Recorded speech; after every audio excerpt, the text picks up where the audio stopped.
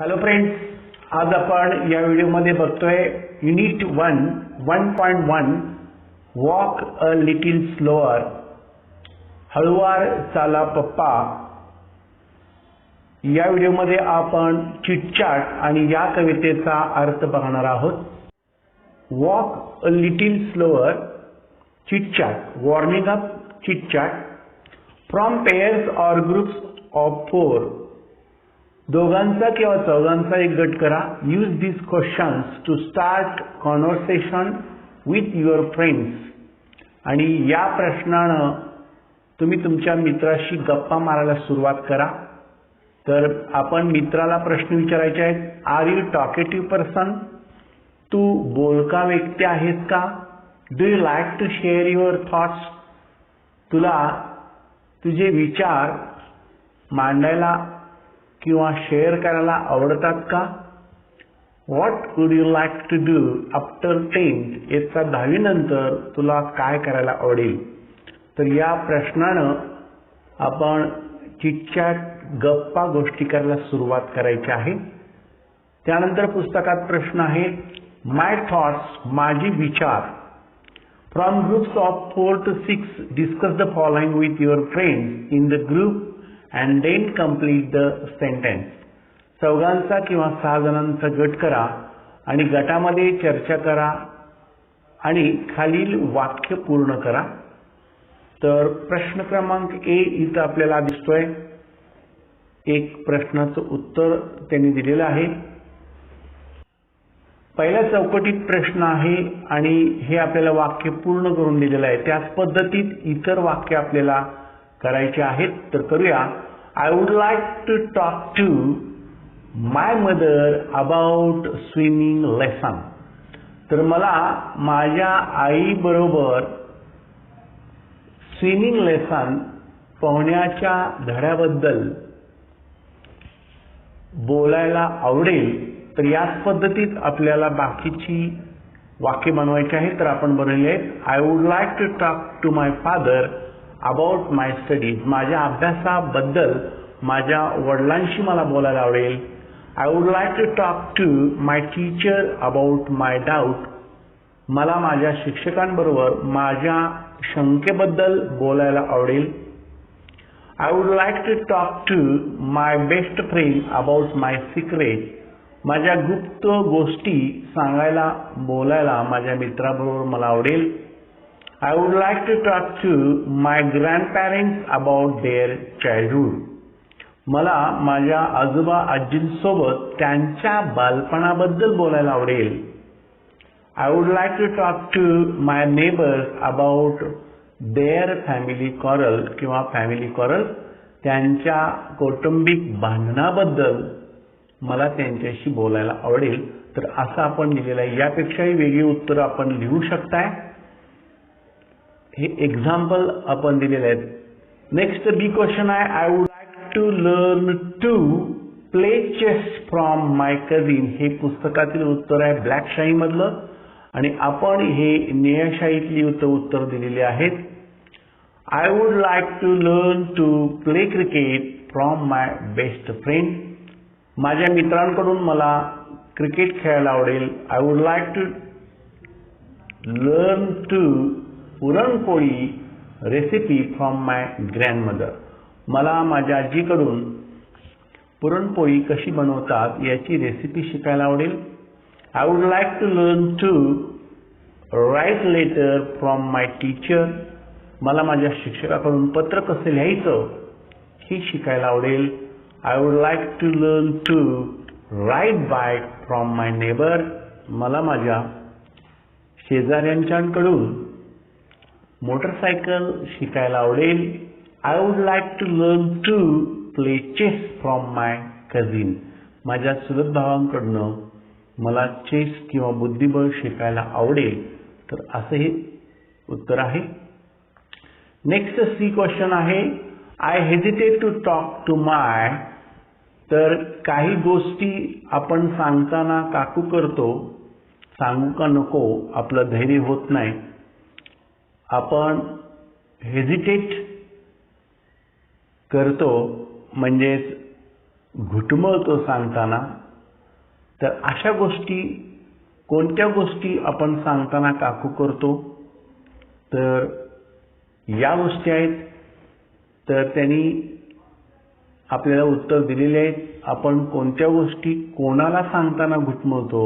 तर इथं ॲन्सर्स आपल्याला लिहायचे आहेत. Father, neighbour, sister, teacher, mother, brother. तर कोणत्या गोष्टी आपण या व्यक्तींना सांगताना काकू करतो, दही खाऊ, मही खाऊ करतो? तर बघूया. I hesitate to talk to my father about my studies. माझ्या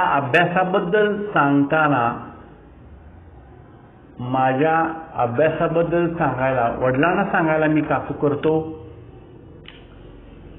I hesitate to talk to my neighbour about the way he or she talks to my friends. माझ्या शेजाऱ्यांना सांगायला मी काकू करतो, किंवा तो किंवा ती माझ्या मित्राबद्दल किंवा मैत्रिणीबद्दल काय बोलते हे सांगण्यास मी काकू करतो. I hesitate to talk to my sister about what I would like to do in future. मला भविष्यात काय बनायचं आहे हे सांगायला मी काकू करतो माझ्या बहिणीला. I hesitate to talk to my teacher about how I want to spend my holidays. मी सुट्टी कशी घालवेन हे शिक्षकाला सांगायला मी काकू करतो. I hesitate to talk to my mother about my favourite movies. आईला सांगायला मी काकू करतो अबाउट माय फेवरेट मूव्हीज, माझ्या आवडत्या चित्रपटाबद्दल. किंवा मी घुटमळतो. I hesitate to talk to my brother about the things I want to buy. मी कोणती गोष्ट खरेदी करू इच्छितो हे सांगण्यास मी दही खाऊ मही खाऊ करतो. अत्यंत सोपी अशी ही कविता, walk a little slower daddy. तर थोडक्यात या कवितेमध्ये एक लहान मुलगा आपल्या वडिलांना विनवणी करतोय, विचारतोय, सांगतोय की पप्पानी थोडं हळूवार चालावं. आता वॉक, चालणे हे एक रूपक अलंकाराचं उदाहरण आहे. वॉक म्हणजे शब्दशः चालणे हिचा अर्थ घ्यायचा नाही. तर walk is used as metaphor for the journey of life. तर हा एक रूपक अलंकार आहे. आपल्या जीवनाचा प्रवास, वडिलांनी कसं वागायला हवं. आणि आपल्याला माहीत आहे की प्रत्येक मुलगा आपल्या वडिलांचं, आईवडिलांचं अनुकरण करत असतो. जसे वडील वागतात त्याच पद्धतीत तशीच वागणूक त्या मुलाचीही असते.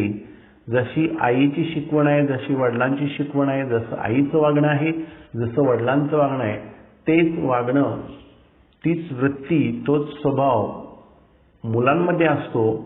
आणि या मुलाची इच्छा आहे की त्याच्या वडिलांनी योग्य तेच मार्गदर्शन त्याला करावं. वडिलांनी त्याला समजेल असं वागावं, त्यांच्या ॲक्शन्स कराव्यात, कृती कराव्यात, योग्य ते मार्गदर्शन करावं, योग्य बिहेवियर म्हणजेच वागणूक करावी अशी या मुलाची इच्छा आहे. आणि एक सरळ सोप्या भाषेमध्ये या मुलानं आपल्या वडिलांना विनंती केलेली आहे. आणि आपण बघूया प्रत्यक्ष स्क्रीनवर. Walk a little slower daddy dot dot डॉटच्या जागी डॅडी. तर प्रत्येक पालक आपल्या मुलाला शिकवण देत असतो आणि प्रत्येक मुलगा आपल्या पालकांचं अनुकरण करत असतो. कारण प्रत्येक मुलासाठी आपले पालक हे रोल मॉडेल असतात, त्यांच्यासाठी त्यांचे आदर्श व्यक्ती असतात. तर अशी ही कविता आहे. तर आपण बघूया. अत्यंत सोपी कविता. Walk a little slower. Walk a little slower daddy said a little child so small. एक छोटा मुलगा आपल्या वडिलांना म्हणाला, पप्पा तुम्ही थोडं हळूवार चाला. I am following in your footstep and I don't want to fail. मी तुमच्या पावलावर पाऊल टाकतोय आणि मला माझ्या जीवनात यशस्वी व्हायचं आहे, मला अपयशी व्हायचं नाही आहे. फॉल म्हणजे पडणे, पण हिचा अर्थ आपण घेणार आहे अपयश, फेल्युअर. तर पहिल्या स्टांजाचा अर्थ असा आहे, walk a little slower daddy, हळुवार चाला पप्पा, said a little child so small.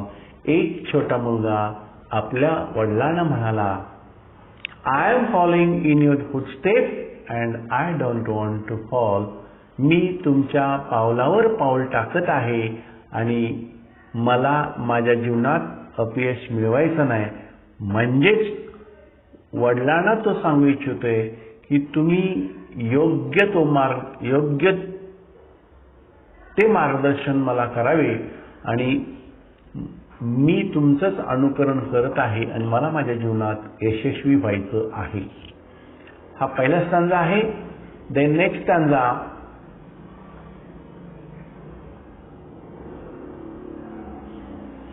Sometimes your steps are very fast. काही वेळेला तुमची पावले खूप भरभर असतात. Sometimes they are hard to see. आणि काही वेळेला मला ते समजत नाहीये. So walk a little slower daddy, म्हणून पप्पा हळुवार चाला, for you are leading me. म्हणजेच या स्टांजाचा थोडक्यात असा अर्थ आहे, काही वेळा वडिलांच्या ॲक्शन्स, वडिलांची कृती मुलांच्या लक्षात येत नाही. काही वेळेला ते त्याला समजायला खूप अवघड जातं की वडिलांची अशी काही कृती असते ती समजत नाही. म्हणून हा मुलगा म्हणतोय, वॉक लिटिल स्लोअर, तुम्ही हळुवार चाला पप्पा, कारण फॉर यू आर लीडिंग मी, कारण तुम्ही माझे नेतृत्व करत आहात. म्हणजेच तुम्ही योग्य ते मार्गदर्शन मला करा, मला समजेल अशी तुमची वृत्ती, तुमची वागणूक, वर्तणूक ठेवा, कारण मी तुम्हाला फॉलो करतोय, कारण तुम्ही माझे लीडर आहात, तुम्ही लीड करत आहात, तुम्ही नेतृत्व करत आहात. म्हणजे मी तुमच्या सारखाच वागण्याचा प्रयत्न इथं करत आहे, त्यामुळे तुमची वागणूक योग्य ठेवा. असा या स्टांजाचा अर्थ आपण घ्यायचा आहे. Next third stanza, someday when I am all grown up. एक दिवस मीही मोठा बनेन, मीही मोठा होईन. You are what I want to be. आणि तुमच्या सारखाच मी बनेन. Then I will have a little child. आणि मला सुद्धा एक मुलगा असेल, who will want to follow me. आणि तो माझा मुलगा मी जसं वागेन तसं तो वागेल. Then I will have a little child. आणि मी मोठा झाल्यानंतर मलाही मुलगा होईल, who will want to follow me. आणि तोही माझंच अनुकरण करेल.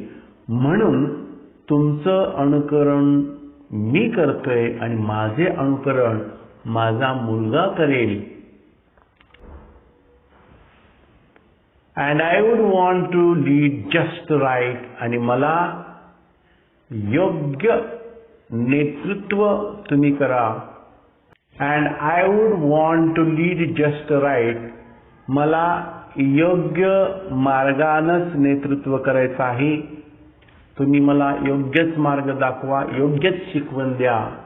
And know that I was true. आणि मला माहीत आहे तुमची वागणूक, तुमची वर्तन योग्य आहे आणि तीच वागणूक, तेच वर्तन, तेच अनुकरण माझा मुलगाही करेल.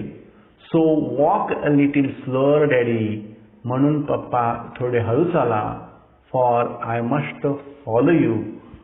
कारण मी तुमचं अनुकरण करतोय. म्हणजे तुमचे आचार विचार, तुमचं बिहेवियर योग्य ठेवा आणि तेच अनुकरण मी करतोय.